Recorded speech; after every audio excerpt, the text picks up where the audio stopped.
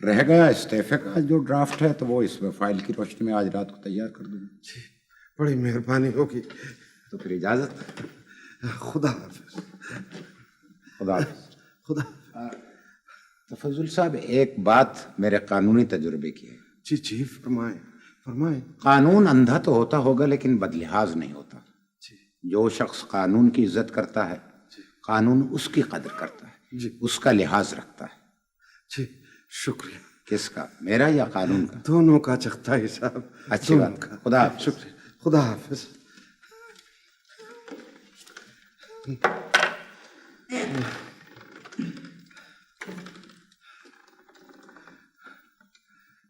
चांदी, वो बच्चे कहाँ हैं? वो जी अपनी दादी अम्मा जी के कमरे में उनके गोद में सो रहे।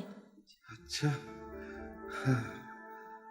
जब मैं छोटा सा था तो मैं भी इसी तरह अपनी दादी अम्मा की गोद में सो जाता था। उनके चरखे की आवाज में लोरी होती थी। जी चाहता है कि मैं फिर बच्चा बन जाऊं, लेकिन जिंदगी कभी दूसरा मौका ही नहीं देती। साहब जी, इंसान कितना ही बड़ा हो जाए, अपनी माँ के लिए वो बच्चा ही रहता है।